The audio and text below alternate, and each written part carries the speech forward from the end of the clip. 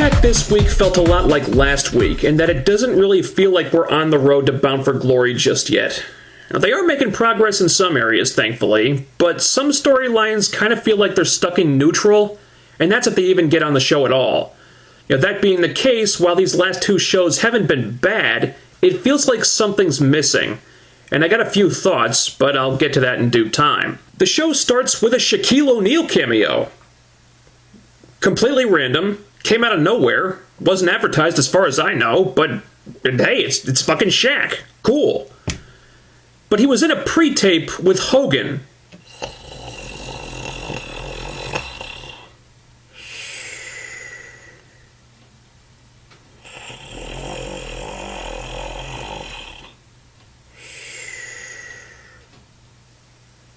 Why? Why Hogan? Even though this was very short, appearing in a segment with a sports celebrity like this is something that could give someone on your roster a little bit of a mainstream rub, however brief it might be. And you give it to Hogan? He doesn't need it. He's the last guy in the fucking company who needs it.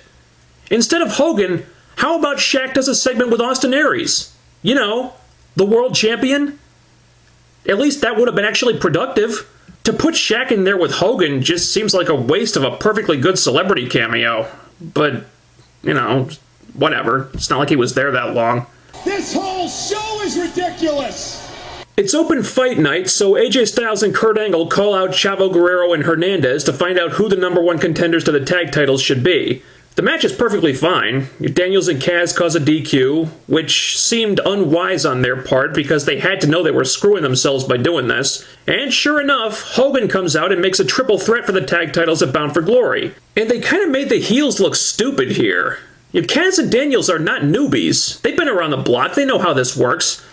I would think they'd know what would happen if they interrupted the match, so that was kind of a facepalm moment. And I gotta be honest, I was kind of hoping AJ and Angle would win this match. This really should come down to AJ and Angle versus the World Tag Team Champions of the World, maybe in some type of gimmick match, because this whole feud has always been about Daniels and Kaz and AJ, and now by extension Kurt Angle. Tex-Mex don't really belong in this match. It doesn't feel like they've earned the spot, first of all. They're just being kind of awkwardly shoehorned in, I'm guessing because the tag team division is so barren right now and management's trying to get this team established ASAP. Them being in there won't hurt the match. Well, Hernandez might. But if this is the blow-off to the whole Claire Lynch saga, they're just going to feel out of place. This month's Gut Check contestant was Evan Markopoulos, an 18-year-old wrestler that I've never heard of. Knew nothing about him. And unfortunately, after watching the match, I still kind of felt the same way. In fact, this was the first Gut Check that left me with no strong feelings one way or the other. He looked comfortable in the ring, the crowd liked him, and that's all I got from this. Doug Williams just plowed right through this guy.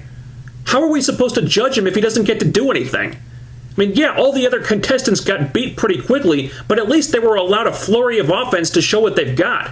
But Evan's hope spots were so brief that he didn't even register. Can he wrestle? Does he have any real skills? I don't know. He never got a chance to display them. Doug Williams just had his way with him, and then he lost, so I have nothing to go on. The only thing I learned about him is that he seemed to fit into the role of the little guy underdog who gets over by getting beaten up. Personally, I need to know a little more than that. Would I sign him to a developmental contract based on this? Probably not. Good news for him is he's only 18, so it's not like he's fighting the hands of time. I'd certainly take another look at him in the future, because what little they did give him, I thought he did well. But for right now, I just don't feel like I have enough to go on here. James Storm calls out Bobby Roode, who basically tells Storm to fuck off until Hogan threatens him with no more title shots and no more money. So Roode is forced to accept the challenge. Him and Storm start fighting, and they brawl. And brawl. And brawl. And I'm sorry, but this just felt like it went on too damn long without anything happening. Now, I did say they needed to stoke the fire and rebuild the heat between these guys. I did say that. But it felt like they were giving away too much and didn't really get to the point. The brawling was fine, but the impact of it is lessened considerably, and the heat dies down when it goes on that long. What probably would have been better than this? They fight for a minute or two, it gets too intense, the referee can't control them, so he throws the match out, they deck the ref, they keep fighting, they have to be separated by security, they're fighting off security, trying to get to each other, and it takes several minutes for order to be restored. But instead, they had what amounted to a pretty run-of-the-mill no DQ match and just brawled out of the arena for the second week in a row. I didn't really get the sense that these guys fucking hate each other. They need to turn up the heat and cook this thing faster in less time. I know that's kind of a lame metaphor, but, sue me, it's the best one I could come up with. For the knockout segment, Tara came out and blamed all the fans for using her to get on TV, and Tessmacher for using her to get to the Knockouts title, because apparently this is what some new boyfriend from Hollywood that we've never heard of until now told her. New boyfriend from Hollywood.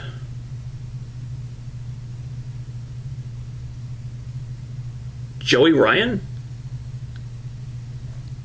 Then she challenges Christy Hemme of all people, who everyone, including Christy, seemed to forget was a wrestler at one point. She bullies Christy a little bit, this brings out Tessmacher, and then Tara hightails it. This was effective for what it had to do, get the right people over the right way. But I can't help but feel disappointed with how the writers turned TNT against each other. This has been such a huge wasted opportunity for good storytelling. It's just like when the Beautiful People broke up. Not because of real personal reasons that would actually resonate with the audience, but because a time-traveling lesbian vampire turned Angelina into a zombie. Oh, what a bunch of bull. And here, these two best friends are torn apart. Not because of real reasons that would mean something and that the audience could relate to and sympathize with like I talked about in the last video, but because Tara's new mystery boyfriend just put evil thoughts in her head. This whole show violates everything about my journalistic integrity. It just feels like there was a lot of character development here that just got thrown out. Like they went from A to C and skipped over B somehow. Tara's whole personality completely changes almost overnight. And again, for a product that's supposed to be more reality-based than the one up in Stamford, doing a heel turn like this just feels really, really awkward. Like I explained last week, I'm not saying it won't work, but the way this is playing out just bugs me. I will not participate in this charade this evening. Hey, this is interesting. Apparently the television title will be decided next week, but there was no mention of Devon. I did hear a rumor that TNA were trying to work something out with him, but now it looks like they're moving on with the title situation. And all things considered, I would really hope that this will be used to finally advance the Samoa Joe Magnus feud, seeing as how those guys have not even appeared on the show in the last 2 weeks. But we'll have to wait and see on that one. Austin Aries and Jeff Hardy had a backstage segment where Aries says that he wants what Hardy has. The fame, the notoriety, the bank account. Aries is acting a little bit heelish here, interestingly. And later when he complains about the Jeff Hardy video package right before he came out. Might be worth making note of. So Aries calls out Bully Ray for the main event match because that's the guy that Hardy just beat twice, and he wants to show that anything you can do, I can do better. He has Bully Ray beat, but there's a ref bump, because TNA love their ref bumps. Bully Ray hits him with a chain and ends up winning the match. So there's some new wrinkles developing here. And it's a little hard to critique this, since I don't know where they're going with it yet, but I'll say this. If they're planning an Austin Aries heel turn and or Bully Ray getting into the Bound for Glory main event, then this was fine. If neither of those things are happening, then I don't like this, because it just makes Aries look like a belligerent punk. Would turning Aries heel be a good way to go? Probably.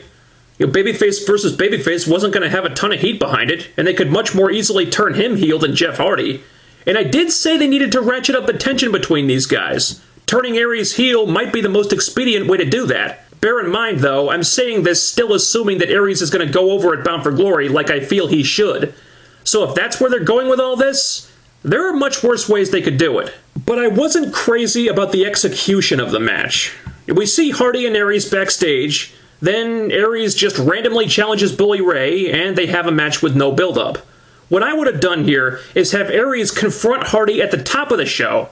Instead of backstage, do that segment in the ring. Devote maybe 10 minutes to it, have Aries challenge Bully Ray then build up to it for the next hour and a half, laying out what Aries wants to prove by doing this, then have the match in the main event when it wouldn't feel like it's coming out of nowhere. Aries and Hardy are addressing each other more, they're starting to feel the tension between them, and that's great, that's a step in the right direction.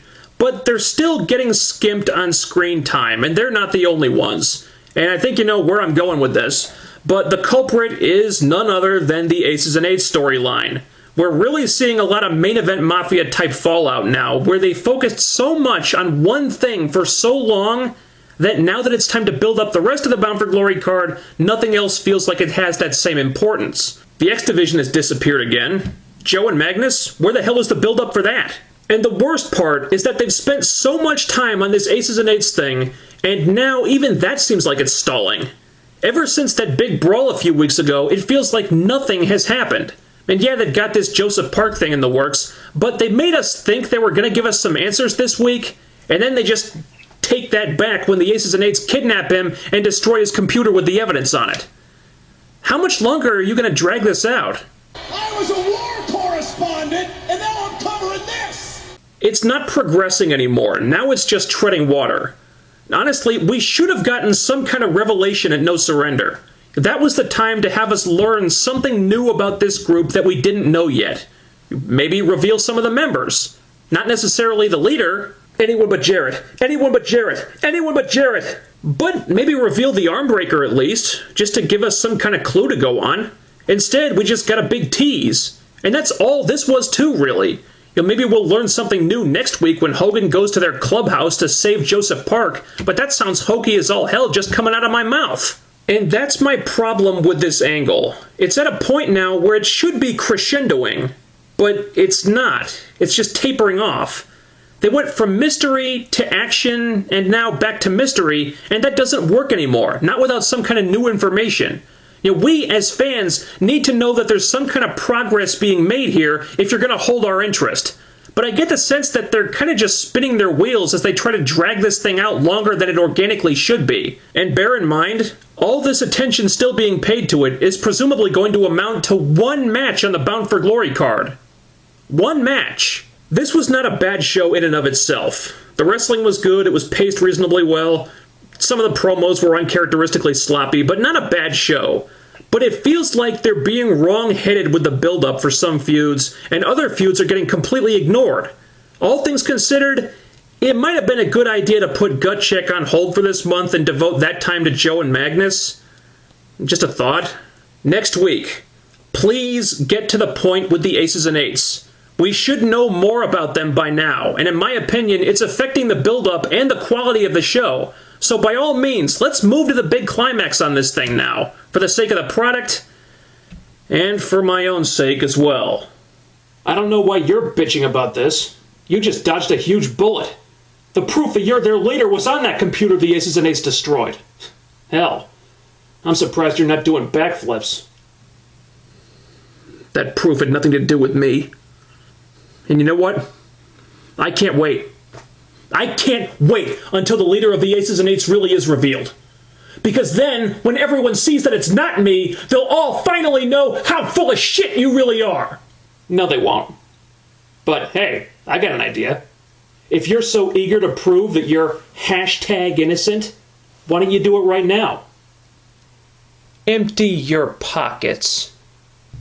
Empty my pockets? Fine. My pleasure. I'll be very interested to learn what you think you're going to find in the contents of my pockets. Let's see what we got here. We got some car keys. We got a wallet. We got my iPod. Ooh, how suspicious, an iPod. And then finally, we've got these.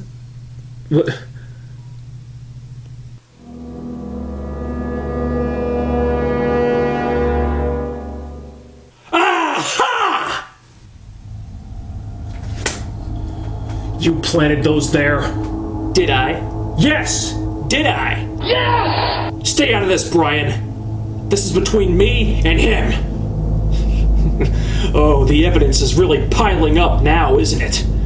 It won't be long before the whole world knows the truth. And rest assured, bitch, when Joseph Park's evidence finally does come to light, I'll be very interested to see it. Very interested indeed.